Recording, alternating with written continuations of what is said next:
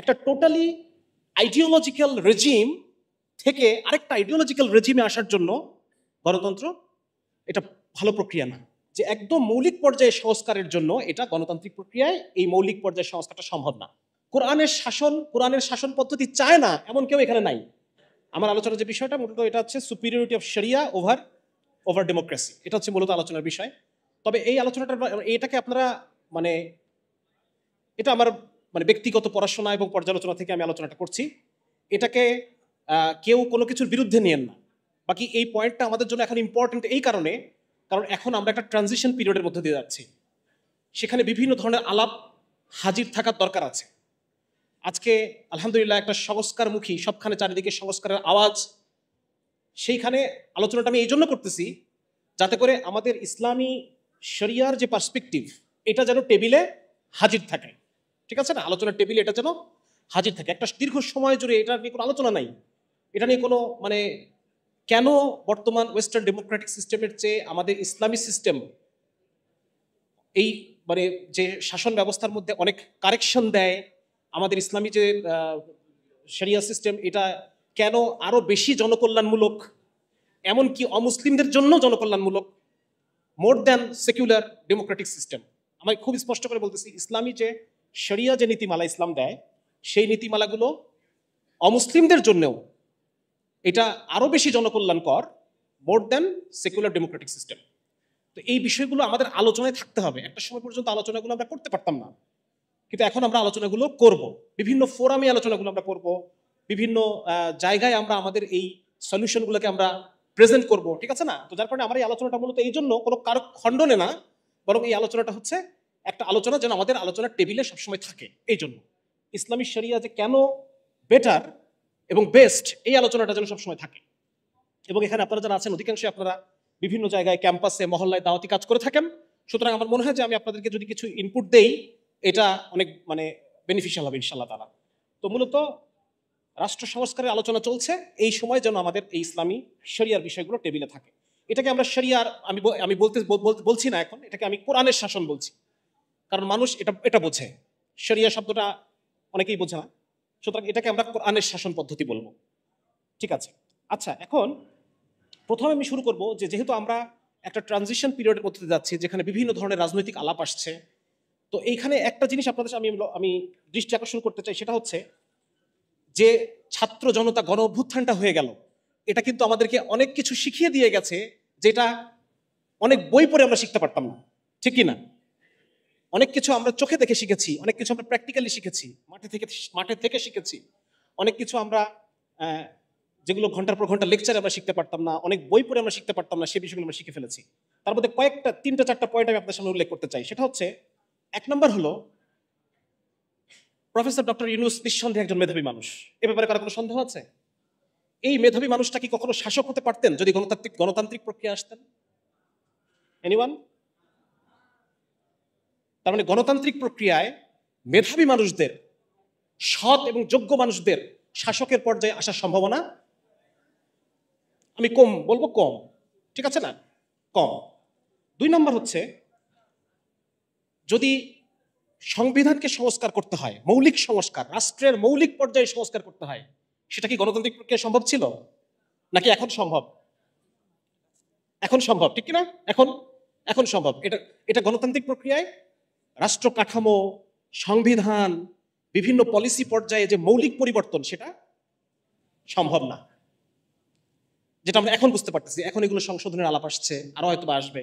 3 নম্বর হচ্ছে, একটা আইডিওলজিক্যাল, যেমন আওয়ামী লীগ গভর্নমেন্ট যখন ছিল সেখানে একটা নির্দিষ্ট আইডিওলজিক্যাল প্যাটার্ন ছিল, ঠিক না? সেখানে মুক্তিযুদ্ধের চেতনা, বঙ্গবন্ধুর চেতনা, এই বিষয়গুলো বেশি ছিল। তারপর যে কি বলা যায়, স্বাধীনতা বিরোধী, প্রতিক্রিয়াশীল, রাজাকার, এই যে একটা ন্যারেটিভ, এই ন্যারেটিভটাকে কি গণতান্ত্রিক প্রক্রিয়ায় সরানো সম্ভব ছিল? এটাকে সরানো হয়েছে কি একটা অভ্যুত্থানের মাধ্যমে, অগণতান্ত্রিক প্রক্রিয়ায় ন্যারেটিভটা। এখনকার ন্যারেটিভটা দেখেন, এখন আমরা 72 থেকে 75 ইতিহাসটা আলোচনা করতেছি কিনা? এটা আমরা করতে পারতাম যদি গণতান্ত্রিক প্রক্রিয়া হতো। সুতরাং একটা টোটালি আইডিওলজিক্যাল রেজিম থেকে আরেকটা আইডিওলজিক্যাল রেজিমে আসার জন্য গণতন্ত্র এটা ভালো প্রক্রিয়া না, এটা যথেষ্ট প্রক্রিয়া না। ঠিক আছে? 3 নম্বর হচ্ছে, আমরা আরেকটা জিনিস এখান থেকে শিখেছি, সেটা হচ্ছে যে এই ধরনের একটা আইডিওলজিক্যাল রেজিম চেঞ্জ করতে হলে মিলিটারিজম ছাড়াও এরকম আইডিওলজিক্যাল রেজিম চেঞ্জ করা গেল না গেছে। তাহলে এই চারটা কিন্তু আমরা একটা মৌলিক শিক্ষা পেলাম এখানে। এটা আমি এই লাস্টেরটা আমি কেন বললাম, এটা আমি শেষে বলবো কেন আমি লাস্টেরটা বললাম। তার মানে একটা জিনিস আমরা দেখলাম যে গণতন্ত্রের মাধ্যমে মেধাবী এবং যোগ্য মানুষের চেয়ে অসৎ এবং অপরাধী মানুষ শাসকের পজিশনে যাওয়ার সম্ভাবনা, আপনারা যারা এখানে অনেকেই আমার চেয়ে অনেক বয়স্ক, আমি 2001 থেকে 2006-07 আমার বয়স কত ছিল, আপনারা তখন অনেকে অনেক ম্যাচিউর, আপনারা ওই আলোকে আরো অনেক কিছু আমার আলোচনায় কানেক্ট করতে পারবেন, ঠিক আছে না? অলরেডি এই ডক্টর ইউনূসের সরকার আসা মাত্রই আপনি দেখবেন বিভিন্ন বিশ্ববিদ্যালয়ের হলগুলো দখল হয়ে যাচ্ছে, বিভিন্ন বাজারে চাঁদা ওঠানোর জন্য বিভিন্ন বাজারে হ্যাঁ অন্য কেউ এসে দখল করতেছে, আমরা শুনছি না এগুলো? আমরা শুনছি। সুতরাং মানে এভাবে মৌলিক পর্যায়ে সংস্কার এভাবে আসে না। তার মানে মোটামুটি এই ছাত্র জনতার গণ আন্দোলন থেকে এই চারটা শিক্ষা কিন্তু আমরা পেয়ে গেলাম যে একদম মৌলিক পর্যায়ে সংস্কারের জন্য এটা গণতান্ত্রিক প্রক্রিয়ায় এই মৌলিক পর্যায়ে সংস্কারটা সম্ভব না। তাহলে এখন বর্তমান যে সেকুলার সিস্টেম, এইটাকে আমরা সবাই এখানে মুসলমান, আমরা সবাই এখানে ইসলামকে ভালোবাসি, আল্লাহকে ভালোবাসি, তার রসুলকে ভালোবাসি, ইসলামী শরিয়াকে ভালোবাসি, কোরআনের শাসন পদ্ধতি চায় না এমন কেউ এখানে নাই। এবং আপনি যদি আজকে বাংলাদেশে গণভোট করেন যে কোরআনের শাসন চাও নাকি কোরআন ছাড়া শাসন চাও, আমার মতে এই বাক্যটার উপর যদি গণভোট নেন, অধিকাংশ মানুষ এই কথা বলবে যে আমরা কোরআনের শাসন চাই, বুঝুক আর না বুঝুক, ঠিক কি না? সুতরাং জনগণের মতামতের প্রতিফলন এই গণতান্ত্রিক প্রক্রিয়ায়, বিশেষ করে ওয়েস্টার্ন ডেমোক্রেটিক যে সিস্টেম, এই সিস্টেমে জনগণের মতামতের প্রতিফলন। আমার কথা বুঝতে পারতেছেন? এটা আমি আরো বিস্তারিত সামনে আলোচনা করবো যদি সময় পাই, যে কিভাবে এটা জনগণের মতের প্রতিফলন এখানে ঘটে না, এখানে ঘটে বণিকদের মতামতের প্রতিফলন, প্লুটোক্রেসি। এটা আমি সামনে আলোচনা করব। তাহলে একটা জিনিস আমরা বুঝলাম যে এই ছাত্র আন্দোলন আমাদেরকে কি শিক্ষা দিয়ে গেছে। 2 নম্বর যেটা, সেটা হচ্ছে যেহেতু এখন একটা সংস্কারের কথা চলছে, যে গত 50 বছরে যে বাংলাদেশ আমরা দেখেছি এই বাংলাদেশ আমরা দেখতে চাই না, দ্বিতীয় স্বাধীনতা অর্জন হয়েছে, আমরা নতুন একটা বাংলাদেশ দেখতে চাই, রাইট? এটাই তো সব মহল তো এই কথাই বলছে। দেখেন, আমি খুব ইতিহাস থেকে আমি উল্লেখ করতে চাই যে উপনিবেশিক শাসন পার হয়েছে এরকম কোন দেশ, উপনিবেশিক শাসন ছিল এমন কোন দেশ গণতান্ত্রিক প্রক্রিয়ায় উন্নত হয় নাই। ইভেন যারা আজকে মানে উপনিবেশিক শাসক যারা ছিল তারাও গণতান্ত্রিক প্রক্রিয়ায় আজকের পজিশনে আসা নেই। আমাকে আপনি উদাহরণ দিতে বলেন। যেমন ব্রিটিশের উপনিবেশ কারা কারা ছিল? ভারত, পাকিস্তান, বাংলাদেশ আমরা ছিলাম, মালয়েশিয়া ছিল, সিঙ্গাপুর ছিল, সাউথ চায়না ছিল ব্রিটিশের উপনিবেশ। আজকে চীন যে পর্যায়ে আসছে, is it through democracy? No. Singapore আজকে এই পর্যায়ে, আপনারা জানেন কেন এই পর্যায়ে? 31 বছর ধরে লি কুয়ান শাসন করেছে সেখানে। আমাদের দুর্ভাগ্য যে আমরা লি কুয়ান পাই নাই, আমাদের দুর্ভাগ্য যে আমরা এই খুনি এবং অপরাধী একজনকে পাইছি, আমরা লি কুয়ানকে পাই নাই। মালয়েশিয়া কিভাবে উন্নতি করলো? Is it through democracy? 22 বছর শাসন করেছেন ডাক্তার মাহাথির মোহাম্মদ। সুতরাং আপনি যদি একটা দেশের র্যাডিক্যাল ইকোনমিক ডেভেলপমেন্ট চান, তাহলে সেই ক্ষেত্রে গণতন্ত্র এটা ভালো কোনো পদ্ধতি না। আরেকটা উদাহরণ আমি দিতে পারি আপনাকে, এটা হচ্ছে পশ্চিম আফ্রিকার একটা দেশ, খুব সম্ভবত দেশটার নাম গিনি। সেখানের একটা র্যাডিক্যাল পরিবর্তন এনেছিলেন একজন কমিউনিস্ট আর্মি অফিসার, আমি নামটা এই মুহূর্তে মনে করতে পারতেছি না ওনার। পরবর্তীতে তাকে ফ্রান্স আবার কাউন্টার কু করে তাকে সরায় দেয়। মানে ওই সময় মাত্র 3-4 বছরের মধ্যে বিপুল উন্নতি, স্বাস্থ্য খাত, এই খাত সেই খাত, বিভিন্ন বিপুল উন্নতি। এটা আমি আনতে পারলাম না, দুঃখিত। আর বর্তমানে যারা গণতন্ত্র বলে এটাকে প্রমোট করতেছে, প্রত্যেকটা দেশে গিয়ে গণতন্ত্র মানে দেওয়ার, গণতন্ত্র ইম্পোজ করার নৈতিক দায়িত্ব যারা পালন করতেছে যে সমস্ত দেশগুলা, তারা কি গণতন্ত্র করে উন্নত হয়েছে? আজকের ইংল্যান্ড, ব্রিটেন গণতন্ত্র করে উন্নত হয়েছে? নো। ইংল্যান্ড, ফ্রান্স, স্পেন, এগুলো তো আমরা জানি যে তারা কলোনিয়াল পিরিয়ড পার করছে। হোয়াট অ্যাবাউট, আচ্ছা, গণতন্ত্রের সূচকে সবচেয়ে আপনার একটু আনতে চাচ্ছি। দেখেন, গণতন্ত্রের সূচকে সবচেয়ে টপ কান্ট্রি কারা কারা? নরওয়ে একটা কলোনিয়াল কান্ট্রি, মানে উপনিবেশী রাষ্ট্র ছিল, আপনারা এটা জানেন?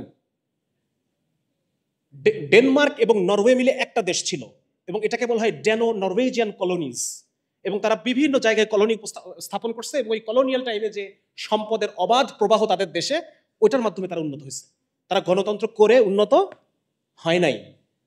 তারপর হচ্ছে আপনার সুইডেনের কলোনিয়াল ইতিহাস আছে, এবং তারা দাস ব্যবসায় খুব অ্যাক্টিভ। তারা সরাসরি কোনো মানে বড় এলাকা শাসন করছে তা না, তবে তারা অন্যান্য কলোনিয়াল যারা শাসক যে সমস্ত রাষ্ট্র তাদের সাথে সম্পর্ক রেখে তারা দাস ব্যবসা করত, এবং 1,10,000 দাস ঘানা বা সেই সময়কার গোল্ড কোস্ট থেকে নিয়ে আমেরিকাতে ট্রান্সফার করা, এটা করছে এই সুইডিশ কলোনিয়াল আফ্রিকা থেকে এই দাসটা গেছে।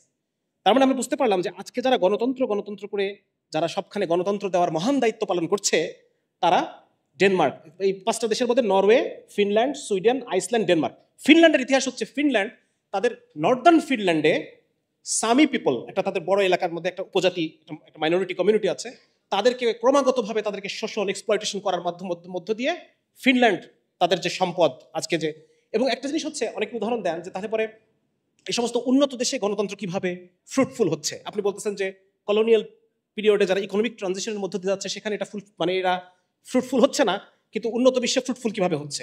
দেখেন, আপনি যখন ডাকাতি করে নিয়ে পর্যাপ্ত সম্পদ আপনার আছে, আপনার যখন ইকোনমিক সলভেন্সি আছে, আপনার যখন অর্থনৈতিক নিরাপত্তা আছে, স্বাভাবিক টেন্ডেন্সি মানুষের যে সে অপরাধী আর ফার্দার অপরাধী সে হবে না। এটা মানুষের স্বাভাবিক সাইকোলজিক্যাল টেন্ডেন্সি হচ্ছে এটা। যখন আপনার ভবিষ্যৎ নিয়ে আপনার কোনো টেনশন নাই, চিন্তা নাই, আপনার চিকিৎসার খরচ নিয়ে আপনার কোনো টেনশন নাই, আপনার সন্তান সন্ততির ভালো কি করবে এটা নিয়ে আপনার কোনো টেনশন নাই, সুতরাং একটা পর্যায়ের সলভেন্সি যখন হবে তখন আপনি একটা সিস্টেম ডেভেলপ করতে পারবেন, আপনি তখন মানুষকে এডুকেট করতে পারবেন, তখন আপনি মানুষকে কি বলা যায় পোষ বানাইতে পারবেন।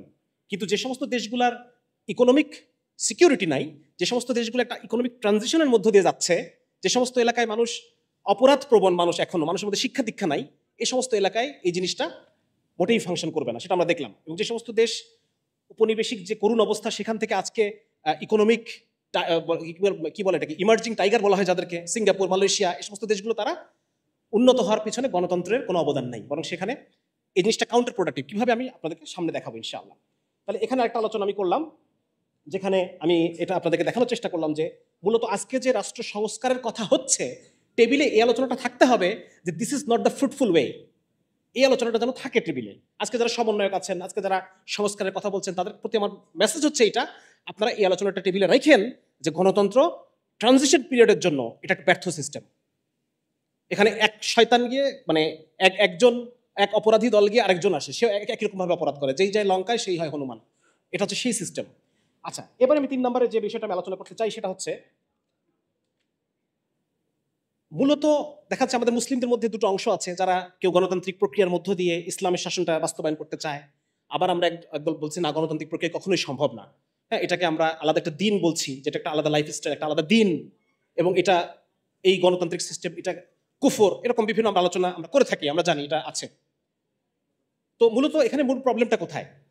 যে যারা গণতন্ত্রের পক্ষে কথা বলতেছেন তারা মনে করছেন যে গণতন্ত্র মানে শুধু একটা ইলেকটোরাল সিস্টেম, শুধু একটা ইলেকটোরাল সিস্টেম। তারা একটা ভুলের মধ্যে আছেন। এই গণতন্ত্রের পিছনে একটা আকীদা আছে, একটা বিশ্বাস আছে, সেগুলো আমি পরে আলোচনা করছি। জনগণই সকল ক্ষমতার উৎস, হ্যাঁ, এই ধরনের কিছু বিশ্বাস, কিছু আকীদা এখানে আছে। এটার ইতিহাস আমি একটু সামান্য আলোচনা করব। আর আমরা যারা প্রতিবাদ করছি, আমরা এই পয়েন্ট থেকে প্রতিবাদ করছি যে গণতন্ত্র মানে শুধু একটা নির্বাচন ব্যবস্থাই না, বরং এটা আপনাকে কিছু আকীদা দেয়, কিছু বিশ্বাস দেয়, কিছু করতে দেয়, যে কাজগুলো ইসলামের সাথে সাংঘর্ষিক। আমাদের কথা হচ্ছে এটা। তো এই বিষয়টা ক্লিয়ার থাকা উচিত সবার, যে গণতন্ত্র এটা শুধুই একটা নির্বাচন ব্যবস্থাপনা না, বরং এখানে এটা একটা স্বতন্ত্র দিন। এখানে ডেমোক্রেটিক ভ্যালুজ নামে একটা কথা আছে। আপনি যখন মানে গণতান্ত্রিক প্রক্রিয়া আসবেন, তখন সেখানে আপনার এই ভ্যালুগুলোকে মানতে হবে। আপনাকে সেই এলজিবিটি সমকামিতাকে স্বীকৃতি দিতে হবে, আপনাকে ইনক্লুসিভ হতে হবে, আপনাকে সবাইকে বাক স্বাধীনতা দিতে হবে, যে আল্লাহ রাসূল সাল্লাল্লাহু আলাইহি ওয়াসাল্লামকে গালি দিবে তাকেও বাক স্বাধীনতা দিতে হবে। এই ধরনের বিভিন্ন আপনাকে কিছু মানুষকে আইন প্রণয়নের ক্ষমতা দিচ্ছেন। কিছু মানুষ দাবি করতেছে যে আমার আইন প্রণয়নের ক্ষমতা আছে, even if against the law of Allah, আল্লাহর লয়ের উপরেও আমার, খোদার উপরে খোদকারি করার অধিকার আমার আছে। আপনি কিছু মানুষকে অধিকার দিচ্ছেন। সুতরাং এই কয়েকটা পয়েন্ট থেকে এটা একটা খুবই একটা সিরিয়াস বিষয়, আরো চিন্তা করার ব্যাপারে। তো এটা শুধুমাত্র একটা নির্বাচন ব্যবস্থা না, এখানে অনেক অনেক বিষয় ইনক্লুডেড। আমি সময় স্বল্পতার কারণে সমস্ত বিষয়গুলোকে অ্যাড্রেস করতে পারছি না, আমি খুবই দুঃখিত। আমি অনেক বড় একটা আলোচনা আমি নিয়ে এসেছিলাম।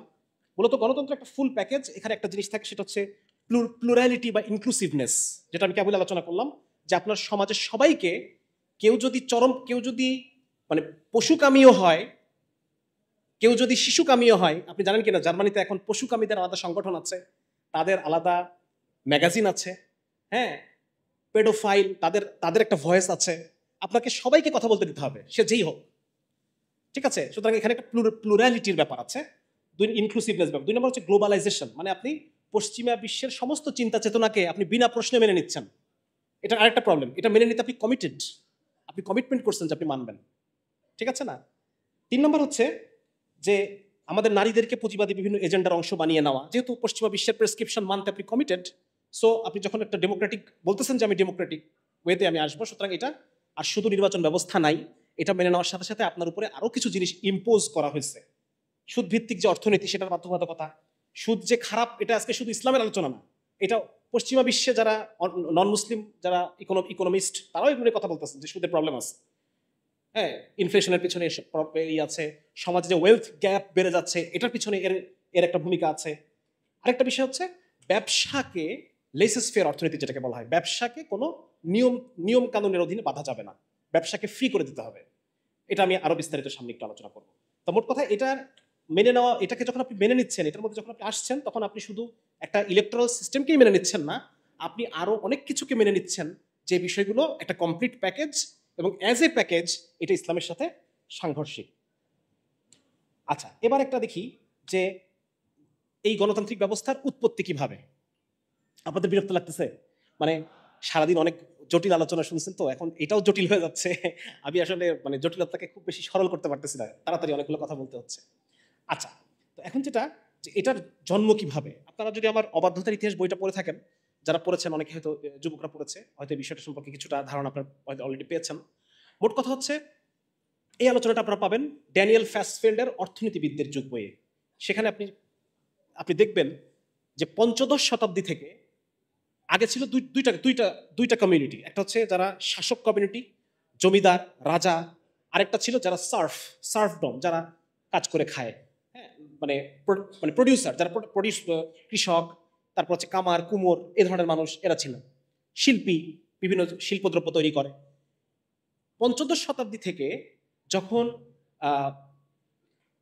যখন বিভিন্ন জায়গায় কলম্বাসের আমেরিকা আবিষ্কার হয়ে গেল, নিউ ওয়ার্ল্ড, নতুন নতুন ভূখণ্ড তারা আবিষ্কার করলো, হ্যাঁ, ইন্ডিয়াতে আসলো, তাহলে আমরা জানি 1492 সালে কলম্বাস আমেরিকা আবিষ্কার করে, তার মানে 1500 শতাব্দী, এই সময় 1500-1600 শতাব্দীতে, এই সময় এই যে ব্যবসার যে একটা বিরাট দুয়ার খুলে গেল, এর ফলে ব্যবসায়ী সম্প্রদায়, এই যে মাঝখানের ব্যবসায়ী সম্প্রদায়, রাজা জমিদার, নিচে হচ্ছে উৎপাদক, মাঝখানে আছে ব্যবসায়ী সম্প্রদায়, এই ব্যবসায়ী সম্প্রদায়টা তখন ফ্লারিশ হল, এই ব্যবসায়ী সম্প্রদায় তখন উন্নতি হল।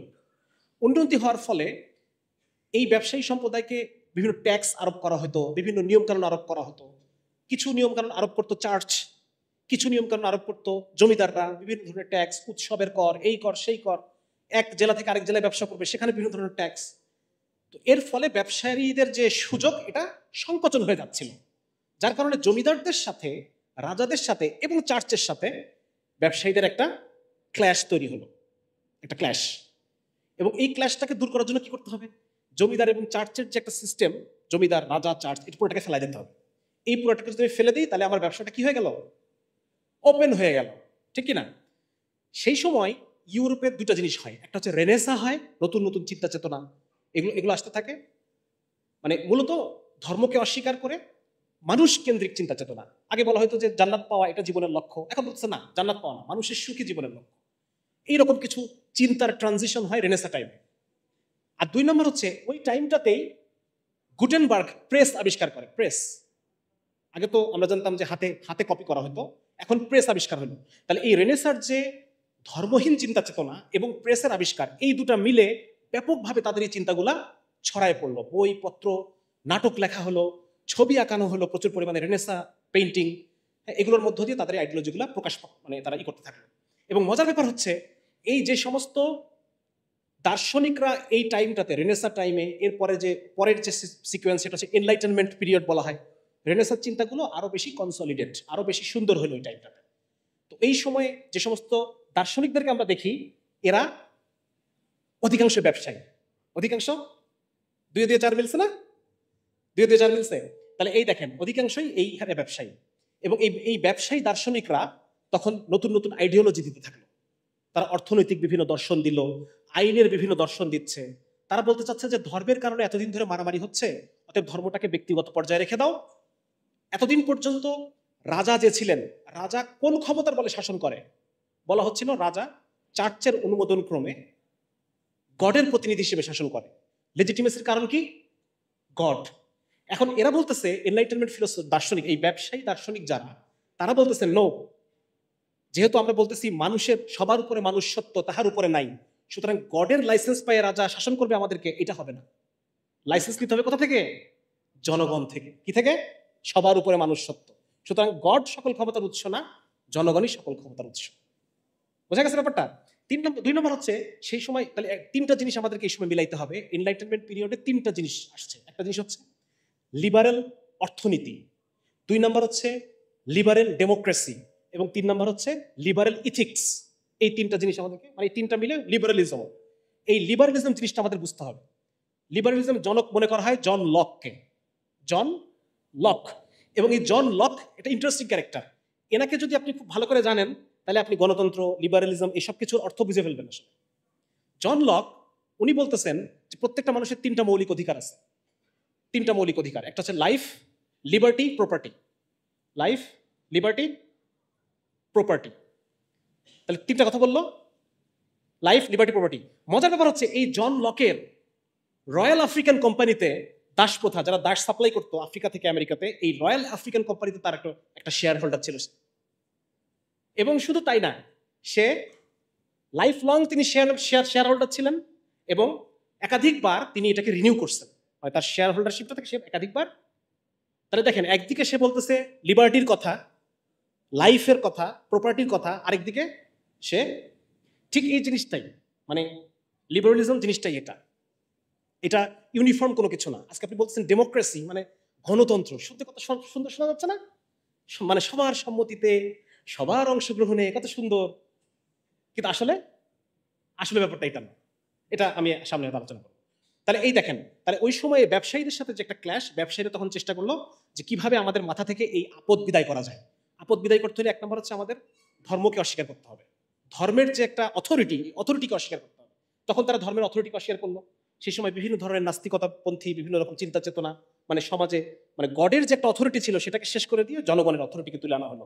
লিবারেল অর্থনীতি, এর আগ পর্যন্ত রাজারা বিভিন্ন ধরনের নিয়ম কানুন করে দিতেন, ব্যবসার বিভিন্ন নিয়মকানুন। তারা বললেন যে না, ব্যবসার ক্ষেত্রে কোনো নিয়মকানুন করা যাবে না, এটাই লিবারাল, উদারনৈতিক। ব্যবসার ক্ষেত্রে কোনো নিয়মকানুন, ব্যবসায়ী কোনো নিয়মকানুনের বাঁধনে বাধা যাবে না।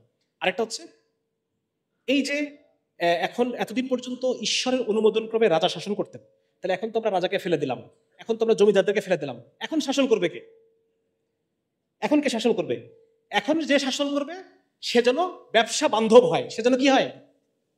ব্যবসার পক্ষে সুবিধাজনক হয়, এরকম সরকার আমাদের লাগবে। 5 বছর থাকবা, যদি আমাদের পক্ষে পলিসি করো তাহলে থাকলা, 15 বছর থাকলা, সমস্যা নাই। আর যদি 5 বছর পর মনে হয় যে না তুমি আমার পক্ষে নাই, তোমাকে বাদ দিয়ে আমি আরেকজনকে সাপোর্ট দেব। বোঝা গেছে ব্যাপারটা? এই যে একটা পরিবর্তনশীল সরকার ব্যবসার পক্ষে। দেখেন, কিছুদিন আগে যখন আন্দোলন চলতেছিল তখন ব্যবসায়ীরা শেখ হাসিনাকে ডেকে অনেক কিছু বলছে না? আবার এখন কি বলতেছে? গতকালকে কি বললো? তাহলে এই যে একজন যায় আরেকজন আসে, কিন্তু ওরা কিন্তু ঠিকই থাকে, ওরা কিন্তু ঠিকই থাকে। এখন আমি আপনাদেরকে দুটা মানে কোট শোনাই। মার্কিন যুক্তরাষ্ট্রের অ্যাটর্নি জেনারেল রামসে ক্লার্ক উনি বলতেছেন, দেখেন কি উনি বলতেছেন, আমেরিকার চেয়ে বড় ডেমোক্রেসি তো নাই, আছে নাকি? আমেরিকা তো ডেমোক্রেসির কি বলা যায়, মানে হ্যাঁ, মানে ডেমোক্রেসি আমেরিকা ডেমোক্রেসি আমেরিকা, এটা হচ্ছে প্রতিশব্দ আর কি, সমার্থক শব্দ। তাহলে আমেরিকার সাবেক অ্যাটর্নি জেনারেল রামসে ক্লার্ক বলতেছেন, this is not a democracy, this is a plutocracy. Plutocracy মানে বণিকতন্ত্র, ব্যবসায়ীদের কথা মতো চলে সরকার। আমি শেষ করি এটা, the people don't rule here, wealth rules, corporations rule, they rule the Congress, they elect the president, they run the Pentagon, they own the media. তাহলে আমেরিকার ডেমোক্রেসির জন্য যদি এটা সত্য হয়, আমাদের ডেমোক্রেসির জন্য এটা আরো বেশি সত্য, রাইট? তাহলে দেখেন, এই হচ্ছে অবস্থা। মানে মোট কথা, ডেমোক্রেসিটা হচ্ছে বণিকদের শাসন। আপনি দেখবেন এক সরকার কি আরেক সরকার যায়, কিন্তু অমুক গ্রুপের, সামিট গ্রুপ, অমুক গ্রুপ, ইসলাম গ্রুপ, এদের কিন্তু চেঞ্জ হয় না, এরা কিন্তু থাকে, এরা থাকবেই। এবং এরাই প্রতিবার এরা সরকারকে ফান্ডিং করে, ব্যবসায়ী। একটা একটা গুরুত্বপূর্ণ গণতন্ত্রের একটা ডিমেরিটস হচ্ছে যে এক তো বললাম যে অযোগ্য লোকের শাসন, 2 নম্বর হচ্ছে এটা অনর্থক অপব্যয় হয়। অপব্যয় কিভাবে হয়? যে এই জনমত গঠন, এই নির্বাচনী প্রচারণা, এই সেই প্রচুর খরচ, এই খরচে যে ইনভেস্ট করবে, স্বাভাবিকভাবে আমি যখন ক্ষমতায় আসবো সে আমার কাছে কিছু দাবি করবে না? সে আমার কাছ থেকে বিভিন্ন রকম চাবে তো। এইভাবে দুর্নীতিটা তৈরি হয়, আমাকে তার কথা রাখতে হবে। সুতরাং এই আলটিমেটলি এটা হচ্ছে government of the capitalist, by the capitalist, for the capitalist. ঠিক আছে? আচ্ছা, এখন আরেকটা বিষয়, আমার সময় শেষ হয়ে যাচ্ছে দ্রুত, আমি কি কোনটা রাখবার কোনটা বলবো আমি বুঝতে পারতেছি না। তাহলে গণতন্ত্র হচ্ছে প্লুটোক্রেসি বা বণিকতন্ত্র, এবং এটা হচ্ছে জনমতের যে প্রতিফলন। দেখেন, এটা নিয়ে একটা বিস্তারিত আলাপ আছে আমার, যে কেন গণতন্ত্র জনমতের প্রতিফলন না। যেমন ধরেন, আমি আপনাকে বলি, আচ্ছা আচ্ছা ঠিক আছে ঠিক আছে ঠিক আছে ঠিক আছে আচ্ছা আচ্ছা আচ্ছা। দেখেন, আমি আপনাদেরকে বলি, বর্তমানে যিনি জামাত ইসলামের আমির, এই মানুষটাকে খুব পছন্দ হয় না? হ্যাঁ, এখন বলেন যে এই মানুষটা যদি আমাদের শাসক হয় তাহলে ভালো হবে না খারাপ হবে? ভালো হবে। কিন্তু গণতান্ত্রিক সিস্টেমে এই মানুষটা কি শাসক হতে পারবে আমাদের? উনি প্রধানমন্ত্রী হতে পারবে? আপনি দেখেন এই মানুষটা যেভাবে কাজ করতেছে, আজ থেকে যদি 3-4 বছর উনি কাজ করেন, সারা বাংলাদেশে কাজ করেন, সারা বাংলাদেশ চাচ্ছে উনি আমাদের প্রধানমন্ত্রী হোক, উনি পারবে? সম্ভব? সম্ভব না। তাহলে এখানে জনমতের প্রতিফলন হবে না। আপনাকে এ দল যাকে চুজ করে দিবে, বি দল যাকে চুজ করে দিবে, এই দুজনের মধ্যে একজনকেই আপনার বানাইতে হবে। অথচ দুজনের কাউকে আমি চাই না। আমি চাই আমার পাড়ার যে হেডমাস্টার সাহেব, শফিকুল সাহেবকে চাই আমি। এই শফিকুল সাহেব একজন ভালো মানুষ, আমানতদার মানুষ, 5 ওয়াক্ত নামাজি মানুষ, ইনি অত্যন্ত ম্যাচিউর চিন্তা ভাবনা। এই মানুষটা যদি আমার নেতা হইতো আমার খুব ভালো হতো, আমার মনটা শান্ত হইতো। পারবে সে বানাইতে কোনোদিন? কোনোদিন পারবে না। সুতরাং আক্ষরিক অর্থে জনমতের প্রতিফলন, যেটাকে বলা হয় গণতন্ত্র শুনলেই যে কানের মধ্যে একটা ফিল গুড ভাইব দেয়, এই ফিল গুড ভাইবটা আসলে মিথ্যা একটা ভাইব দেয় আপনাকে। হ্যাঁ, এটা আমি একটু আলোচনা করি, তাহলে পরে আপনাদের সুবিধা হবে। দেখেন, আরেকটা জিনিস আমি বলি। হ্যাঁ, 10 মিনিট। আচ্ছা, হ্যাঁ আচ্ছা ঠিক আছে, আমি শেষ করে দিচ্ছি। আচ্ছা, দেখেন, একটা জিনিস বলি আমি, লীগের একটা কমিটি, ধরেন ছাত্রলীগের একটা কমিটিতে 51 সদস্যের কমিটি হয় সাধারণত। এইটা আপনার ওয়ার্ডে হবে, এইটা কি বলা যায়, বিভিন্ন ক্যাম্পাস হবে, ওয়ার্ড পর্যায়ে হবে, থানায় হবে, মহানগর হবে, এই সে বিভিন্ন জায়গায় কমিটি হবে, 51 জন। তার মানে একটা ওয়ার্ডে কত মানুষ থাকে? ধরেন 2000, 3000। 3000 মানুষের মধ্যে 51 জন মানুষ সে বিশ্বাস করে আমি আইনের ঊর্ধ্বে। সে কি বিশ্বাস করে? যে আমি যদি কোনো ভুল করি আমাকে বাঁচানোর জন্য অমুক ভাই আছে, সেটা বিশ্বাস করে। এই 51 জন মানুষের সাথে প্রত্যেকের সাথে 10 জন, ধরেন প্রত্যেকের সাথে 10 জন মানুষ এই 51 জনের প্রত্যেকের সাথে পরিচিত নাকি? ধরেন আমার চাস্তো ভাই কমিটিতে আছে, তাহলে এই 10 জন মানুষও মনে করে যে আমি যদি একটা ফলসে পড়ে যাই তাহলে আমাকে বাঁচানোর জন্য ভাই আছে, ভাইয়েরও আবার ভাই আছে, তাই না? অমুক ভাইয়ের সাথে আমার ভাইয়ের খুব উঠা বসা, ও আমাকে বাঁচাই নেন। তাহলে এখন আপনি চিন্তা করে দেখেন যে অপরাধীর পরিমাণ কত বেড়ে যাচ্ছে। পটেনশিয়াল অপরাধী যারা অপরাধ করতে চায়, অপরাধ করে পার পেতে চায়, পটেনশিয়াল অপরাধী মানুষের সংখ্যা কত বেড়ে যাচ্ছে। হ্যাঁ, এরকম ভাবে আমি একটা এস্টিমেট করছি, মোটামুটি আমার এস্টিমেশন অনুযায়ী যে সারা বাংলাদেশে যদি আপনি একটা দল ধরেন তাহলে সেই ক্ষেত্রে 6,70,000 মানুষ আছে। 6,70,000 মানুষ তারা মনে করে যে আমি অপরাধ করলে পার পেয়ে যাব। আর এর সাথে প্রত্যেকের সাথে 10 জন করে ধরলে পরে প্রায় 6 কোটি মানুষ মনে করে যে আমি যদি অপরাধ করি আমার পার পেয়ে যাওয়ার একটা সম্ভাবনা আছে। সম্ভাবনা বোঝা গেল? তাহলে একটা দেশের মানুষের মধ্যে মাইন্ডসেট যদি এটা দাঁড়ায় যে আমি অপরাধ করলে পরে পার পেয়ে যাওয়ার একটা রাস্তা আমার আছে, তাহলে এই দেশটা কি কোনোদিন প্রোগ্রেস করতে পারবে? কোনোদিন আগাইতে পারবে? 3/1 মানুষ অপরাধী মেন্টালিটির মানুষ। সুতরাং এটা আসলে একটা প্রবলেম, এটা একটা বিরাট প্রবলেম। 2 নম্বর হচ্ছে, দেখেন এই যে একটা পার্টি 3 লক্ষ মানুষের কথা আমি বললাম, বা 2 পার্টি মিলে বলছে, 2 পার্টি মিলে 6,70,000 মানুষ। এক পার্টির মানুষ আমি ধরলাম 3 লক্ষ মানুষ যাদের পেশা রাজনীতি, যাদের পেশা, তাহলে এই 5 বছরে যে আছে পরের 5 বছরে সে থাকবে না। সুতরাং পরের 5 বছরের আখের তাকে এই 5 বছরে গোছাইতে হবে। আপনাদেরকে আমি একটা উদাহরণ শোনাই। আমি যেখানে চাকরি করতাম সেখানে যিনি এমপি নমিনেশন কিনতে হয়, এমপি নমিনেশন কিনতে হয় 30 কোটি টাকা দিয়ে এমপি নমিনেশন কিনছে। তাহলে এই মানুষটা যখন 5 বছর থাকবে এই 30 কোটি টাকা সে উঠাবে না? আবার পরের 5 বছরের জন্য আরো 30 কোটি টাকা উঠাবে। সুতরাং একটা উন্নয়নশীল দেশের জন্য এই ফরম্যাটটা একটা ব্যর্থ ফরম্যাট, একটা ব্যর্থ। আবার ধরেন আমি অত বড় বড় পর্যায়ে বাদ দিলাম, সিম্পল ছাত্রলীগের একটা কমিটি, ধরেন একটা ওয়ার্ডে ছাত্রলীগের কমিটি, অমুক ভাইয়ের প্রোগ্রাম আছে, আজকে 50টা ছেলে নিয়ে আমাকে যাওয়া লাগবে ওখানে। মাঠের বাস্তবতা বলছে, তৃণমূল পর্যায়ে কি হয়, 50টা ছেলে নিয়ে আমাকে ওখানে যেতে হবে।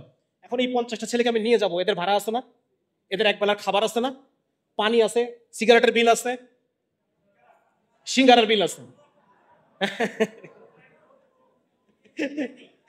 আচ্ছা, তাহলে এই এই এই এই পোলাপানগুলা এই বিল কি পকেট থেকে দিব? আমি আমার বাপের পকেট থেকে দিব? বাড়ি থেকে নিয়ে আসবো? এটা কোত্থেকে দিব? এই যে রাস্তায় রাস্তায় যে চাঁদা মাদাগুলো উঠাই এখান থেকে দিব? তাহলে আপনি বলেন এই ফরম্যাটে কিভাবে দেশের উন্নতি হবে? একটা একটা দল গেল, যাওয়ার পর পরের দল এসে আবার সে কাঁচা বাজার থেকে চাঁদা উঠানোর ফিকির করতেছে, কাঁচা বাজার থেকে চাঁদা কেমনে উঠাবে সেই ধান্দা করতেছে। তাহলে কিভাবে আপনি এই ফরম্যাটের মধ্যে কিভাবে আপনি র্যাডিক্যাল চেঞ্জ কামনা করেন? কিভাবে আপনি কামনা করেন যে আমরা একটা উপনিবেশ শাসিত এলাকা থেকে আমি রাতারাতি দ্বিতীয় বিশ্বের কাতারে চলে আসবো? কোনোভাবেই সম্ভব না। এটা মানে এটা কোনো উদাহরণ নাই আসলে বাস্তবে, ঠিক আছে? সুতরাং এটা জনমতের প্রতিফলন না। এখন যেহেতু সংস্কারের আলাপ চলতেছে যে এই নির্বাচন পদ্ধতিটা কিরকম হতে পারে, ইসলামের দৃষ্টিতে কিভাবে হতে পারে, এটা নিয়ে আমরা আলোচনা করতে পারি। সময়ের কমে আমি বিস্তারিত আলোচনা যেতে পারতেছি না। আমি একটু জাস্ট আপনাদের আলোচনা ধরাই দিচ্ছি যে ধরেন যদি এমন হয় আপনার মসজিদ মহল্লায় আপনারা সবাই সবাইকে চেনেন, 5 ওয়াক্ত নামাজ পড়ে আমরা পড়ি না, সবাই সবাইকে চিনি, এখানে কোন মানুষটা ভালো। একটা মসজিদ মহল্লা থেকে একজন মানুষ উঠে, তারা নিজেদের আমিরকে নির্বাচন করলো, একজন মানুষ। 10টা মসজিদ বসে তাদের গ্রামের যিনি আমির, সবাই সবাইকে চেনে, না চিনলে তাদেরকে চেনার জন্য একটা সময় দেওয়া হবে। রাসূলুল্লাহ সাল্লাল্লাহু আলাইহি ওয়াসাল্লাম বলছেন মানুষ চেনা যায় সফরে, একসাথে সফর করাও একজন আরেকজনকে চিনতে পারবে। তাহলে যদি আমি এভাবে মানুষ চেনা, তাহলে 9 মসজিদের 9 জন আমির মিলে নিজেকে ছাড়া আরেকজনকে ভোট দিয়ে তাদের আমিরটা তো গ্রামের আমির তৈরি করবে। 10টা গ্রামের 10 জন মিলে বসে তারা তখন তৈরি করবে ইউনিয়নের আমির। ইউনিয়নের 10 ইউনিয়নের আমির বসে তাদের নিজেদের মধ্যে নিজেকে ছাড়া আরেকজনকে ভোট দিতে হবে, নিজেকে ছাড়া। হ্যাঁ, এটা কিন্তু রাসূলের হাদিস যে যে ক্ষমতা চায় তাকে ক্ষমতা দিও না, যে ক্ষমতা চায় প্রার্থী তাকে ক্ষমতা দেওয়া যাবে। তাহলে এই 10 জন মানুষের থেকে আবার আমি উপজেলার আমির তৈরি করতে পারবো। উপজেলার আমির থেকে 10, দেখেন তো এটা অর্গানিক হয়েছে কিনা, এটা মানুষের মতামতের প্রতিফলন হয়েছে কিনা, আমি আমার নিজের পছন্দের মানুষটাকে উঠাতে পারছি কিনা, হয়েছে না এটা? ঠিক আগে আরবে বিভিন্ন গোত্র তাদের যে গোত্র প্রতিনিধি চিফটাই নির্বাচন করতো, এইভাবে সমস্ত গোত্র মিলে একজনকে তারা পছন্দ করতো, সে তখন গোত্রপতি হইত। তো এই দেখেন, এটা হচ্ছে অর্গানিক সিস্টেম, এটা হচ্ছে প্রকৃত অর্থে যদি আমি বলি যে গণতন্ত্র মানে মানুষের মতামতের প্রতিফলন, মানুষের প্রতিনিধি, এটা হচ্ছে সেই পদ্ধতি। সুতরাং এখন যদি আপনারা রাষ্ট্র সংস্কারের কথা বলেনি, সুতরাং এই কথা আমাদের এই কথাগুলো যেন আপনারা টেবিলে রাখেন, আমরা যে কথাগুলো বলতেছি এটা হলো আরেকটা জিনিস। এবার শেষ করে দেই, আরেকটা হচ্ছে যে এটা হচ্ছে বর্তমান যে গণতান্ত্রিক ব্যবস্থা, এটা সাম্রাজ্যবাদের এন্ট্রি পয়েন্ট, সাম্রাজ্যবাদের হাতিয়ার, সাম্রাজ্যবাদ ঢোকে এখানে। একটা সময় ছিল যখন ব্রিটিশ ইস্ট ইন্ডিয়া কোম্পানি তারা কি করতো, তারা নিজেরা আর্মি নিয়ে আসতো নাকি, তাদের দুর্গ থাকতো এখানে, সেই দুর্গের মধ্যে তারা নিয়ে এসে আর্মি রাখতো, সেই আর্মি দিয়ে তারা জুলুম নির্যাতন করতো, এলাকা দখল করতো, খাজনা উঠাইতো, খাজনা উঠে দুর্ভিক্ষ বাধা দিচ্ছে আমাদের বাংলাদেশে। 4 কোটি মানুষ মারা গেছে দুর্ভিক্ষে, 4 কোটি মানুষ এই বাংলাদেশে দুর্ভিক্ষে মারা গেছে। তো এই যে একটা সময় এরকম ছিল। এখন কিন্তু দেখবেন ইস্ট ইন্ডিয়া কোম্পানির যারা, ফর এক্সাম্পল আমাদের কুষ্টিয়াতে প্রথম স্টেশন বাংলাদেশে, আপনারা জানেন নাম কি? জগতী স্টেশন। এই জগতী স্টেশনটা করা হয়েছে কেন? যাতে কুষ্টিয়া, মেহেরপুর, চুয়াডাঙ্গা এই এলাকা থেকে তামাক, সবচেয়ে ভালো তামাক হয় এখানে, এখনো হয়। এই তামাকগুলোকে তারা এখান থেকে সরাসরি কলকাতা নিয়ে যাবে, কলকাতা থেকে জাহাজে উঠাবে, জাহাজে করে একবারে ইংল্যান্ডে নিয়ে যাবে, জগতী স্টেশন। এখন ওই জায়গায় আজকে তো স্টেট মানে নাই, কি আছে জানেন? British American tobacco. কি আছে? একই জিনিস না? মাল্টি ন্যাশনাল কোম্পানি, বিভিন্ন দেশে দেশে তাদের ব্রাঞ্চ, তারা এখান থেকে তামাক নিচ্ছে, তামাক নিয়ে তারা সবচেয়ে ফার্স্ট ক্লাস তামাক, first grade, second grade, third grade, fourth grade নিয়ে চলে যাচ্ছে ওই দেশে। একই জিনিস, আমাদেরকে মিনিমাম মূল্য দিচ্ছে, আগে যেরকম মিনিমাম মূল্য দিত এখনো মিনিমাম মূল্য দিচ্ছে, একই জিনিস। তাহলে আমি যেটা বলতে চাচ্ছি যে এই দেখেন যে সাম্রাজ্যবাদের এন্ট্রি পয়েন্ট হচ্ছে এই। এখন ধরেন আপনি যদি ব্রিটিশ আমেরিকান টোবাকোর ব্যবসা বাংলাদেশে বন্ধ করে দেন, কি করবে বলেন তো? তাদের তো আর্মি নাই, তারা কি করবে? আপনি বাংলাদেশে ব্রিটিশ আমেরিকান টোবাকো, তামাক নিয়ে প্রচুর প্রচারণা চলতেছে না, তামাক খারাপ, এই সেই, তামাক দমন আইন এগুলো আছে। তো ব্রিটিশ আমেরিকান টোবাকোর যদি আজকে আপনি ব্যবসা বন্ধ করে দেন, তাহলে ব্রিটিশ আমেরিকান টোবাকো জানাবে কাকে? আমেরিকার প্রেসিডেন্ট বাইডেনকে জানাবে। বাইডেন কি করবে? কাকে প্রেসার দিবে বাইডেন? বাংলাদেশকে প্রেসার দিবে। তখন বাংলাদেশের আর্মি গিয়ে আপনাকে থামাবে। বুঝছেন? মানে আগে যেটা হয়তো ওরা নিজেদের আর্মি দিয়ে করতো, এটাই এখন করে বিভিন্ন গণতান্ত্রিক দেশের আর্মি দিয়ে। অগণতান্ত্রিক দেশের আর্মি দিয়ে করাতে পারবে না। কিন্তু চীনের আর্মিকে পারবে? চীনে একসময় ব্রিটেনরা এই এলাকায় আফিম প্রডিউস করতো, আফিম প্রডিউস করে নিয়ে যায় দক্ষিণ চীনে। আপনারা জানেন প্রথম আফিম যুদ্ধ, দ্বিতীয় আফিম যুদ্ধ, এগুলো আসতে কিন্তু ওদেরকে নিয়ে যায় সেবন করাইতো আফিম। আফিম আফিম অপিয়াম, ড্রাগ, কোকেন। এখন যদি ব্রিটিশ আমেরিকান টোবাকো চায় যে আমরা এখানে আফিম প্রডিউস করে নিয়ে আমি চীনের লোকদেরকে আফিম খাওয়াবো, পারবে? পারবে না। সুতরাং এটা হচ্ছে এন্ট্রি পয়েন্ট। তারা এভাবে বিভিন্ন দেশের উপরে তাদের ক্ষমতা বজায় রাখে। আজকে আমি ব্রিটিশরা আমাদেরকে ছেড়ে চলে গেছে, কলোনিগুলোকে স্বাধীন করে দিচ্ছে ঠিক, কিন্তু এই গণতন্ত্রের মধ্য দিয়ে তারা তাদের প্রভাবকে টিকায় রাখে, তারা তাদের স্বার্থকে টিকায় রাখে, স্বার্থকে তারা বজায় রাখে। এটা গেল। এবার আমি আসলাম ইসলামী ব্যবস্থায়। অনেক সমস্যা আছে, সেগুলো আমি আলোচনা করলাম না, 5 মিনিটের মধ্যে শেষ করে দিব ইনশাআল্লাহ। ইসলামী ব্যবস্থাটা কেমন এটা বুঝতে হলে আপনাদেরকে আমি একটু প্লেটো, মানে গণতন্ত্র জিনিসটা পুরোটাই দাঁড়ায় আছে। কিছুক্ষণ আগে আমি রেনেসার কথা বলছি, রেনেসাতে আপনারা মানে বিরক্ত হচ্ছেন না তো? আচ্ছা, রেনেসা টাইমে তারা একটা জিনিস ছিল সেখানে, যে এই যে ক্রিশ্চিয়ানিটি, এইটা ইউরোপের বাইরের জিনিস। এটা ইউরোপের কোত্থেকে আসছে? ফিলিস্তিন থেকে। হ্যাঁ, ঈসা আলাইহিস সালামের বসবাসের জায়গা কোনটা? ফিলিস্তিন। তাহলে ওরা বলতেছে এই যে ইসলাম, এটা ইউরোপের বাইরের জিনিস, এই যে খ্রিস্ট ধর্ম, এটা ইউরোপের বাইরের জিনিস। ইউরোপের বাইরের দর্শন এসে আমাদেরকে জুলুম করতেছে, তাদের কথা হচ্ছে এটা।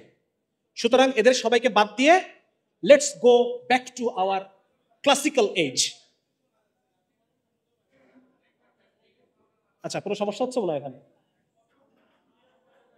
শব্দ শোনা যাচ্ছে না? আচ্ছা, ঠিক আছে ভাই, একটু সবর করি ইনশাল্লাহ। সবাই চুপ থাকলে শোনা যাবে ইনশাল্লাহ। সবাই চুপ থাকি তাহলে শোনা যাবে। আচ্ছা, কোথায় বলতেছিলাম? হ্যাঁ, তারা বলতেছে যে আমরা সমস্ত ইউরোপের বাইরের জিনিসকে পরিত্যাগ করে আমরা আমাদের ইউরোপের নিজস্ব জিনিসে ফেরত যাব। নিজস্ব জিনিস কি? গ্রিক এবং রোমান সভ্যতা।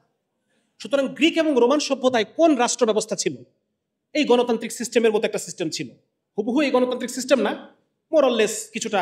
তো ওরা বলতেছে যে আমরা এইটাকে ভিত্তি করে আমরা নতুন গডলেস রাষ্ট্র কিভাবে হয়, রিলিজিয়ান লেস রাষ্ট্র কিভাবে হয়, আমরা এই গ্রিক এবং রোমান রাষ্ট্র থেকে আমরা এটা ভিত্তি নিব। তো ভিত্তিটা নেওয়ার পর তারা কি করলো? তারা মূলত এই রাষ্ট্রচিন্তার মধ্যে মূলত আপনাদের সাথে কিছু জিনিসের পরিচয় করাই দিই, যে জনগণ সকল ক্ষমতার উৎস, এটা কোত্থেকে আসছে? এটা দার্শনিক জন লক। অনেকে বলে থাকেন যে আব্রাহামের ডেমোক্রেসি। না, আব্রাহাম লিঙ্কনের ডেমোক্রেসি তৈরিতে কোনো ভূমিকা নাই। ডেমোক্রেসি তৈরিতে একমাত্র ভূমিকা যদি একজনকে যদি বলেন, সেটা হচ্ছে জন লক, যাকে লিবারালিজমের জনক বলা হয়। তাহলে জনগণ সকল ক্ষমতার উৎস, এই কথাটা আসছে কোত্থেকে? এই জন লক নামে যে দাস ব্যবসায়ী, ওনার আইডিয়া থেকে আসছে এটা। 2 নম্বর হচ্ছে যে জনগণ সার্বভৌম কিনা এটা বোঝা যাবে কিভাবে? যদি জনগণের আইন তৈরি করার ক্ষমতা থাকে। আইন তৈরি করার মধ্য দিয়ে বোঝা যাবে আপনি সার্বভৌম কিনা। এই কথাটা কার? ফরাসি দার্শনিক মন্টেস্কু, ওনার। 3 নম্বর হচ্ছে যে আইনসভা, বিচার বিভাগ, নির্বাহী বিভাগ যে আলাদা আলাদা করে একটা ব্যালেন্স করা, এটা হচ্ছে এটাও মন্টেস্কুর। ঠিক আছে? ওনারা এই যে গণতান্ত্রিক ব্যবস্থাটাকে সাজালেন মূলত গ্রিক এবং রোমান নগর রাষ্ট্রগুলোর উপর ভিত্তি করে। তাহলে খুব ইম্পর্টেন্ট একটা রোল এখানে প্লে করতেছে প্লেটো। দার্শনিক প্লেটো, তার যে রাষ্ট্রচিন্তা, ওখানে উনি আদর্শ রাষ্ট্রটা, এটা শুনলে খুব মজা পাবেন আপনারা একটু মন দিয়ে শোনেন। প্লেটোর যে রাষ্ট্রচিন্তা, সেখানে উনি আদর্শ রাষ্ট্রের কথা বলেন। কিসের রাষ্ট্রের কথা বলেন? আদর্শ রাষ্ট্র। সে রাষ্ট্রটা কি দেখেন? 5 মিনিট আছে, আমি শেষ করে দিচ্ছি। 1 নম্বর হচ্ছে উনি বলতেছেন যে দার্শনিক রাজা দেশ চালাবে। কে চালাবে? ফিলোসফার কিং, দার্শনিক রাজা। দার্শনিক রাজা হচ্ছে যিনি পরম জ্ঞানে জ্ঞানী, সেখানে মন্ত্রীরা পরম জ্ঞানে জ্ঞানী, যুক্তি বুদ্ধি সম্পন্ন। ঠিক আছে, তাহলে এটা জিনিস মনে রাখেন, দার্শনিক রাজা, যার কাছে জ্ঞান আছে, যার কাছে নৈতিকতা দিয়ে যিনি চালিত, এইরকম একজন রাজা। কল্পনা করেন, চোখ বন্ধ করে কল্পনা করেন কে সে। 2 নম্বর হচ্ছে দার্শনিক মানে হলো যার কাছে আছে পরম জ্ঞান, অ্যাবসলিউট নলেজ যার কাছে আছে, এবং জ্ঞান যুক্তি তাকে প্রবৃত্তির উপরে জয়ী হতে দেয় না। তিনি নিজের প্রবৃত্তিকে প্রাধান্য দেন না, তার উপরে যে জ্ঞান আছে সেই জ্ঞানকে তিনি প্রাধান্য দেন, সেই জ্ঞানের অধীন। ঠিক আছে। 3 নম্বর হচ্ছে যে শাসক, এরপর অন্যান্য কথাবার্তা আছে। 3 নম্বর বলতেছেন যে শাসক শ্রেণীর ব্যক্তি মালিকানা থাকবে না, তাদের কোনো পরিবার থাকবে না, এগুলো আসলে গ্রহণযোগ্য না। একজন মানুষের পরিবার থাকবে না, এগুলো হতে পারে না। তাহলে একটা জিনিস আমরা বুঝলাম এখানে, একজন দার্শনিক রাজার কথা বলা হচ্ছে যিনি জ্ঞানের অধীন। মেলে কিনা আমাদের সাথে মেলে? আমরা যে ইসলামিক কোরআনের শাসন বলতেছি সেই শাসনের সাথে মেলে? মিলতেছে? আচ্ছা, এখন এরিস্টটল তার গুরু প্লেটো তার ভুল ধরে বলতেছে যে এইখানে ঐশী আইনের অধীন থাকতে হবে সবাইকে। ঐশী যে আইন, সেই আইনের অধীন রাজাকে থাকতে হবে, বাকিদেরকেও থাকতে হবে। তার মানে মোট কথা আমরা দেখতে পাচ্ছি যে এখানে মোরাললেস একটা তাকওয়া শাসিত রাষ্ট্রের কথা বলা হচ্ছে, ঠিক না? তাহলে আমরা যে কোরআনের রাষ্ট্রের কথা বলতেছি এই কনসেপ্টের সাথে মিলতেছে কিনা? এবার দেখেন এরিস্টটল কি বলতেছেন। এরিস্টটল তার এই গুরুর এই রাষ্ট্রটাকে নিয়ে সমালোচনা করলেন এবং বললেন যে এটা প্রায়োগিক না, এটাকে প্রয়োগ করা যাবে না। সুতরাং এরিস্টটল আমি একটা প্রায়োগিক রাষ্ট্রের কথা বলতেছি। কি বলতেছেন উনি? বলতেছেন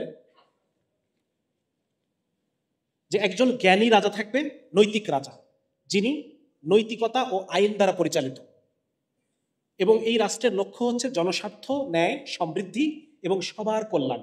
ভালো কথা। তার মানে আমাদের খলিফার মতো শোনা যাচ্ছে, ঠিক না? তারপর বলতেছে আইনের অধীন জ্ঞানী কতিপয় ব্যক্তি রাজার সিদ্ধান্তকে গড়ে দেন, উপদেশ দেন, খণ্ডন করেন। কোন শব্দটা ভাসতেছে আমাদের মনে? শুরা, রাইট। আচ্ছা, আমি বলবো, আপনারা শব্দটা বলবেন, ঠিক আছে?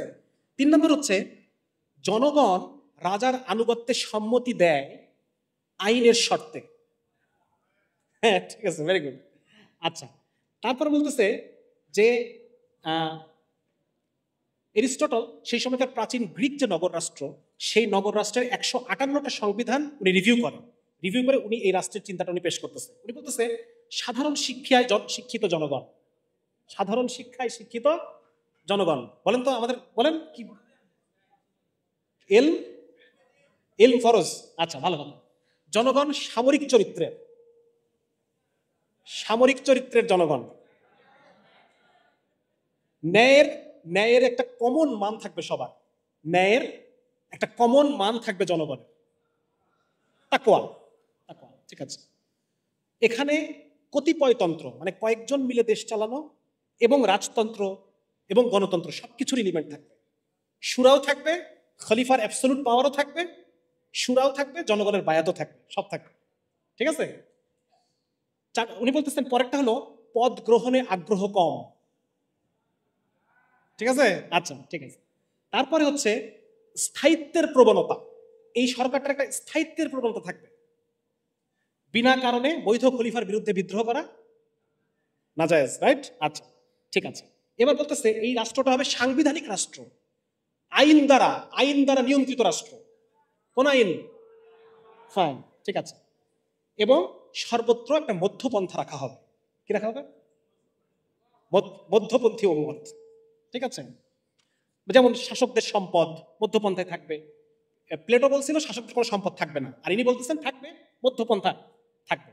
রাষ্ট্রের আকার মধ্যপন্থা থাকবে, মধ্যবিত্তদের শাসক শ্রেণীতে আসা এবং আদেশ দান, মানে নাহি আনিল মুনকার এবং সৎপথে আদেশ, সৎপথে নিজে, এটা একটা মধ্যপন্থা থাকবে। রাষ্ট্রের লক্ষ্য উন্নত মানের সৎ ও নৈতিক জীবন গঠন, ঠিক আছে। আচ্ছা, সৎগুণ ও নৈতিক উৎকর্ষে যে শ্রেণী যত অগ্রসর, রাষ্ট্র ক্ষমতায় তাদের অংশগ্রহণ তত বেশি। কারা? উলামায়ে কেরাম। আচ্ছা, ফাইন। সৎগুণের অধিকারী হওয়া এটাই ক্ষমতা লাভের চূড়ান্ত মাপকাঠি। সৎগুণ থাকতে হবে তার মধ্যে। চোর, বাটপার, ওই কি বলে লুটেরা, ঘুষখোর, এগুলো না, সৎগুণ থাকতে হবে।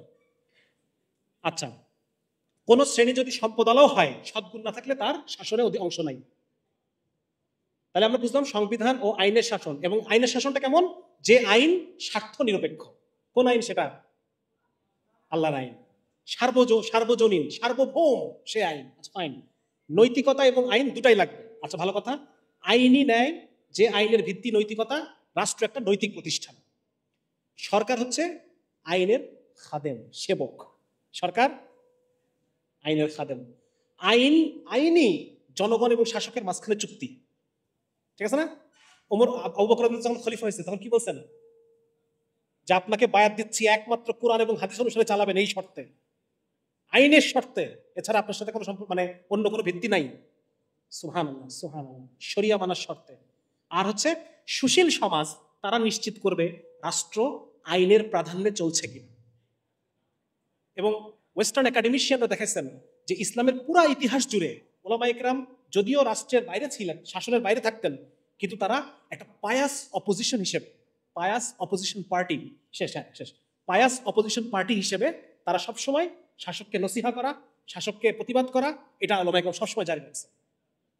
সুতরাং আমরা বুঝতে পারলাম আপাতত যে যে গণতান্ত্রিক শাসন ব্যবস্থার মধ্যে যে ফ্ল বা যে ত্রুটিগুলো আছে, এই সবগুলো ত্রুটি আপনি একটার পর একটা সমাধান করে করে করে করে আসেন। এবার সমাধানগুলোকে একসাথে জোড়া লাগান। এটা কি? এটা কি ভাই? এই আলোচনাটা আমাদের টেবিলে রাখতে হবে, এই আলোচনাটা চায়ের দোকানে থাকতে হবে। প্রত্যেকটা বেকার যেন বুঝতে পারে সে যে আজকে বেকার, এর কারণ। একজন পতিতা যেন বুঝতে পারে যে আজকে যে তাকে দেহ বিক্রি করে খেতে হয়, এর কারণ। প্রত্যেকটা মানুষ, প্রত্যেকটা মজলুম যেন বুঝতে পারে, এমনকি জালেম সে নিজেও মজলুম। এই যে পুঁজিবাদী গণতান্ত্রিক টোটাল যে একটা সিস্টেম, এই সিস্টেমটা জালেমকে মজলুম বানায়, মজলুমকে জালেম বানায়। রিক্সাওয়ালা ওই ট্রাফিক পুলিশকে চাঁদা দেয়, আবার রিক্সাওয়ালা আমার কাছ থেকে অতিরিক্ত ভাড়া রাখে, ঠিক কি না? জালেমও সে নিজে, জালেমও সে নিজে, মজলুমও। যে আমার কাছ থেকে 1 কোটি টাকা যে ঘুষ নিল, এই লোকটা আবার এই টাকা তো থাকবে না, কোন একখানে ওকে দিতে হবে, ওর কাছ থেকে চলে যাবে। যার মানে বোঝা যাচ্ছে যে ইসলামের যে কোরআনের শাসন ব্যবস্থার কথা আমরা বলতেছি, this is far superior than this western modern Democratic system, ঠিক আছে? এবং এটা নিয়ে আরো আলোচনা হতে পারে, ঘন্টার পর ঘন্টা আলোচনা হতে পারে। এখন তো সময় কম, যার কারণে বিস্তারিত আলোচনা করা গেল না। এখন আমাদের কথা হচ্ছে, এখন যদি আপনি গণভোট করেন যে আপনারা কোরআনের শাসন পদ্ধতি চান নাকি কোরআন ছাড়া শাসন পদ্ধতি চান, কোনটা চান, তাহলে ডেফিনেটলি মানুষ তো এটাই চাবেন। তাহলে এখন আমাকে বলেন যে এটাকে টেবিলে না আনার কারণ কি? এই চিন্তাগুলোকে, এই কথা, আমাদের কথাগুলো করে শোনেন যে আমরা কি বলতে চাই। ইভেন যারা অমুসলিম জনগণ, তারাও এখান থেকে বেনিফিটেড হবে। অমুসলিমদেরকে নিয়ে সবচাইতে বেশি রাজনীতি কারা করে বলেন? হুজুররা করে। একজন ধার্মিক মানুষ সে আরেক ধর্মের মানুষের চেতনাকে বুঝতে পারে, সে তাকে ব্যবহার করবে না, তার ধর্মীয় চেতনাটাকে সে ব্যবহার করবে না। একজন প্রকৃত ধার্মিক মানুষ, আমাদের কোরআনে কি বলা আছে, তোমরা ওদের দেবদেবীকে গালি দিও না। হতে পারে তারাও অজ্ঞতাবশত তোমার আল্লাহকে গালি দিয়ে বসবে। তাহলে একজন ধার্মিক মানুষ কখনো পারে যে সে একজন অমুসলিমকে জুলুম করবে? সে তো কখনোই কাজটা করবে না। সে কখনোই তার প্রতিবেশী যে অমুসলিম আছে তার উপর জুলুম করবে না। কে জুলুম করবে? হ্যাঁ শেষ, কে জুলুম করবে? জুলুম করবে হচ্ছে যে তাকে ভোট ব্যাংক বানাইছে, সে জুলুম করবে। সে নিজেই, আপনারা দেখছেন না পেপারে যে এই লীগ নিজেই অমুসলিমদের ঘরে ঘরে আগুন দেয়, অমুসলিমদের বিভিন্ন ইটি ভাঙে আর দোষ দেয়, এবং নিজের একটা ভ্যালিডিটি তৈরি করে। লীগের একটা ভ্যালিডিটি যে আমরা যতদিন আছি ততদিন তুমি ভালো আছো। প্রতিবার দেখবেন যে ওই ভারত থেকে একজন কেউ আসে আর তখন একটা মন্দিরে আগুন দেয়, তখন ঘরে আগুন দিবে, এবং নিজের একটা ভ্যালিডিটি তৈরি করে যে আমি যদি না থাকি এর কিন্তু আগুন কিন্তু শেষ হয়ে গেল, সুতরাং তোমরা আমাকে আবার বসাও, আমাকে আবার ভোট দাও। তো যার কারণে যারা যদি প্রকৃত অর্থে ইসলামী কোরআনের শাসনটা আসে, এটার বেনিফিশিয়ারি অমুসলিমরাও হবে, ঠিক আছে না? হবে। তো মোট কথা আমার আলোচনা মোটামুটি এই পর্যন্তই। আমি একটু 1 মিনিটে দেখি যে আলোচনা করতে চেয়েছিলাম কিন্তু করতে পারি নাই। শেষ না? আচ্ছা, একটা জিনিস বলে শেষ করে দিই লাস্ট, সেটা হচ্ছে এই শাসন ব্যবস্থাটা কেমন শাসন ব্যবস্থা আমি একটু আপনাদেরকে বলে দেই। যে এটা হচ্ছে একটা সুরাভিত্তিক শাসন, একটা বোর্ড, হ্যাঁ, এবং খলিফা নিজেও ওই সুরার যে পরামর্শ মাশওয়ারা, এগুলাকে খলিফা নিজেও মানবেন, সুরার অধীন থাকবেন। আচ্ছা, 2 নম্বর হচ্ছে জবাবদিহিতামূলক শাসন, শরিয়ার আনুগত্য। শরিয়ার আনুগত্য করবেন, আপনাকে আমরা বায়াত দিছি, শরিয়াতের আনুগত্য করবেন না, বায়াত শেষ। নৈতিক দিক থেকে শ্রেষ্ঠ মানুষরা আমাদের শাসক হবে, নৈতিক দিক থেকে শ্রেষ্ঠ। একটা নৈতিক শাসন ব্যবস্থা, একটা পুরো আর্মি নৈতিক আর্মি, একটা অফিস নৈতিক অফিস, একটা বাজার নৈতিক বাজার, এখানে অনৈতিক কিছু নাই, ঠিক আছে? এখানে একটা চেইন অফ কমান্ড থাকবে, আমিরের হুকুম মানে একটা ধর্মীয় কর্তব্য। তারপর হচ্ছে দণ্ড প্রদান, এটার উদ্দেশ্য কেবল শাস্তি না, এটার উদ্দেশ্য সোশ্যাল ইঞ্জিনিয়ারিং। আপনি ওই জেলের মধ্যে কাকে কাকে ফাঁসি দিচ্ছেন এটা আমার মনে কোনো ইম্প্যাক্ট ফেলে না। আর এখানে যদি ফাঁসি দেন তাহলে যারা দেখবে তাদের মনের মধ্যে কি ওই চোখে ভাসবে সবসময় যে ও বাবা ওই লোক তো ধর্ষণ করার জন্য ফাঁসিয়েছে, আর সেই কাজ করবে না। Social engineering, social conditioning. তারপর হচ্ছে সুদ ভিত্তিক অর্থ ব্যবস্থা বিলোপ হবে। সুদ কি করে? সুদ হচ্ছে সম্পদের প্রবাহ ঊর্ধ্বমুখী করে, আর আমাদের জাকাতের সিস্টেমটা সম্পদের প্রবাহ, সম্পদকে রিডিস্ট্রিবিউশন করে, উপর থেকে নিচে নামায়। হ্যাঁ, কুরবানি অর্থ উপর থেকে নিচে নামায়, তারপর জাকাত নিচে নামায়। আর সুদ কি করে? শুধু সম্পদ উপরের দিকে উঠায়, গ্যাপ তৈরি হয় মানুষের মধ্যে। আচ্ছা, তারপর হচ্ছে সত্যিকারের দারিদ্র বিমোচন হবে এটা দিয়ে। তারপর বিভিন্ন সিন্ডিকেট, দেখেন যেদিন হাসিনা পড়ছে তার পরের দিন কাঁচাবাজারের দাম কমে গেছে না? সবকিছুর দাম কমে গেছে, সিন্ডিকেট ভেঙে গেছে। তাহলে ইসলামী শাসন ব্যবস্থা ঠিক এরকম একটা কিছু হবে, সব সিন্ডিকেট ভেঙে যাবে, কোনো সিন্ডিকেট থাকবে না। কারণ যারা শাসক তারা তো আর ওই ব্যবসায়ীদের কাছে দায়বদ্ধ না। ইসলামী শাসনের দায়বদ্ধ এখন যে ক্ষমতা আসবে সে দায়বদ্ধ ব্যবসায়ীদের কাছে, সিন্ডিকেটের কাছে। কিন্তু ইসলামী শাসনে শাসকরা কারো কাছে দায়বদ্ধ, শুধুমাত্র কোরআনের কাছে দায়বদ্ধ, আর কারো কাছে দায়বদ্ধ না। আচ্ছা, তারপর হচ্ছে ভ্যাট। আপনি যে 100 টাকার সাবান 115 টাকায় কেনেন, সব ধরনের ভ্যাট থাকবে না সেখানে। মানে কি বলা যায়, মানুষের সব দ্রব্যমূল্য আরো কমে আসবে। মানুষ ইসে ঘুষ, দুর্নীতি, হয়রানি, আমলাতান্ত্রিক জটিলতা থাকবে না। এই যে ব্যুরোক্রেসি, দেখেন এক সরকারে কি আরেক সরকার আসে, কিন্তু আমলারা কিন্তু ঠিকই থাকে, ব্যবসায়ী আমলারা ঠিকই থাকে। সুতরাং এটার মধ্য দিয়ে একটা ইতিবাচক পরিবর্তন সম্ভব না। আপনি তো আমলাদের পরিবর্তন করতে পারতেছেন না, ব্যবসায়ীদের পরিবর্তন করতে পারতেছেন না। ঠিক আছে? আচ্ছা, শেষ আমার আলোচনা মোটামুটি। আচ্ছা, শেষ হয়েও হইল না শেষ। আরেকটা জিনিস বলি, সেটা হচ্ছে আচ্ছা এটা এটা শেষ হোক এনিওয়ে। আচ্ছা, আরেকটা জিনিস হচ্ছে আমাদের যে ব্রিটিশ কমন ল আমরা ফলো করি, এইখানে বিচারটা হয় রাষ্ট্র ভার্সেস আসামি। আমি যে ভুক্তভোগী, ধরেন আমার ভাইকে হত্যা করলো, ওই লোকের ফাঁসি হয়ে গেল, এখানে আমার কোনো স্টেক নাই, আমি কোনো কিছু পাচ্ছি না। মানে বিচারটা হয় রাষ্ট্র ভার্সেস আসামি। কিন্তু ইসলামিক ব্যবস্থায় বিচারটা হয় বাদী বনাম আসামি। এটা একটু মাথায় রাখেন। রাষ্ট্র ফৌজদারি অপরাধ, রাষ্ট্র বনাম আসামি মামলাটা হয়। সুতরাং এটা ভুক্তভোগী কিছু পাচ্ছে না, ভুক্তভোগী কিছু বরং আমার কি গেল, উকিল পালতে গিয়ে সব গেল। আচ্ছা, তারপর উকিল কেন্দ্রিক দীর্ঘ বিচার প্রক্রিয়ার বদলে জুরি ভিত্তিক বিচার, যেটা দীর্ঘসূত্রিতা কমাবে। তারপর হচ্ছে সরকারি সম্পদের তসরুফ কমে যাবে, কারণ অফিসও তার কাছে তখন ধর্ম হবে। কি হবে? অফিসের কাজ, এখন তো সেকুলারিজম নাই, এখন অফিসটাও তার ধর্ম। ঠিক আছে? নারীরা পৃথকীকরণ, সেগ্রিগেশন হবে, সরকারি অফিসাররা। আচ্ছা, এই মোটামুটি। এবং এর ফলে কি হবে দেখেন, এই ইসলামী রাষ্ট্র, এটা কাফেরদের কাছে সবচাইতে বড় দাওয়া, সবচেয়ে বড় দাওয়া মেশিনারি হচ্ছে ইসলামী রাষ্ট্র। আপনারা দেখছেন না আফগানিস্তানে যখন ইসলামী শাসন প্রতিষ্ঠা হয়েছে, তন্ময় ভট্টাচার্য কি বলছে এসে? কাবাবে গোশতের পরিমাণ। ও কিন্তু পরের দিনেও বুঝতে পারছে যে এখানে কোনো একটা বিশাল পরিবর্তন এসে গেছে। ওর কাছে পরের দিনে দাওয়াত চলে আসছে। কি এমন ঘটে গেল যে কাবাবে গোশতের পরিমাণ বেড়ে গেল? তন্ময় ভট্টাচার্যরা বুঝতে পারবেন যে something is very right about this people. এই লোকগুলার নিশ্চয়ই কোনো একটা কিছু আছে। সুতরাং ইসলামী যে কোরআনী রাষ্ট্র ব্যবস্থা, এটা হচ্ছে অমুসলিমদের প্রতি সবচাইতে বড় দাওয়াত, সবচাইতে বড় দাওয়াত। তো মোটামুটি আপনাদেরকে জোর করে আলোচনা শোনাইলাম নাকি? জোর করে শোনাইলাম। আচ্ছা, মাফ করে দিন। শোনেন, আপনারা যারা এখানে আছেন সবার কাছে আমার অনুরোধ, এই আলাপগুলো, আজকে যে আলাপগুলো আপনারা শুনলেন, এইগুলো বাসায়, অফিসে, স্কুলে, কলেজে, চায়ের দোকানে, সমস্ত জায়গায় এই আলোচনাগুলো চলবে। এই কথাগুলো আমরা শোনাবো মানুষকে, এতদিন শোনাইতে পারি নাই। এখন আমরা শোনাবো, ভাই আল্লাহ তোমার জন্য কি পাঠাইছেন তুমি দেখো, এটা আল্লাহ তোমার জন্য পাঠাইছেন। আজকে তুমি যদি এটাকে না বোঝো, তুমি যদি এটাকে না চিনে তোমার মধ্যে গণতন্ত্রের পিপাসা অথচ কোরআনের আইনের পিপাসা নাই তোমার মধ্যে, তাহলে তো তুমি ওই সুখ পাবা না যেটা তুমি চাচ্ছ। এ দল গিয়ে বি দল আসবে, কিন্তু তুমি ওই মুক্তি পাবা না। ওই অর্থনৈতিক মুক্তি, ওই রাজনৈতিক মুক্তি, ওই সামাজিক মুক্তি, ওটা কোনোদিন আসবে না যদি তুমি আল্লাহর দেওয়া প্রেসক্রিপশনে না আসো। মানুষের দেওয়া প্রেসক্রিপশনে জুলুমই বাড়বে।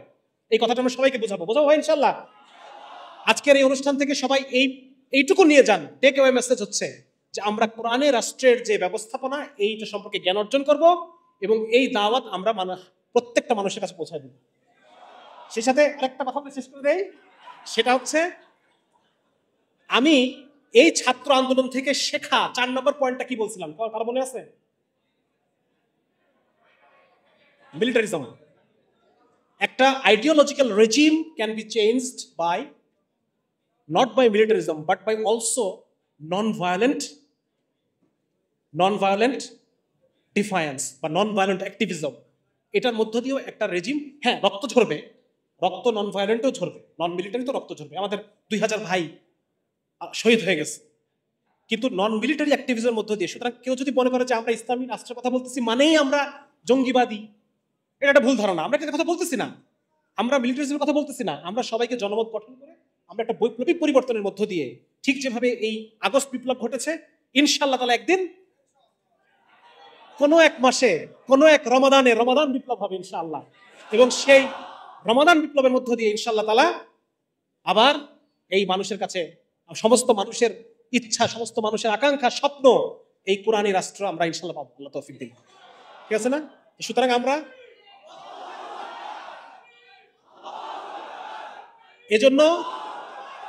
এজন্য আমাদের সবাইকে কাজ করতে হবে, বসে থাকার সময় নাই।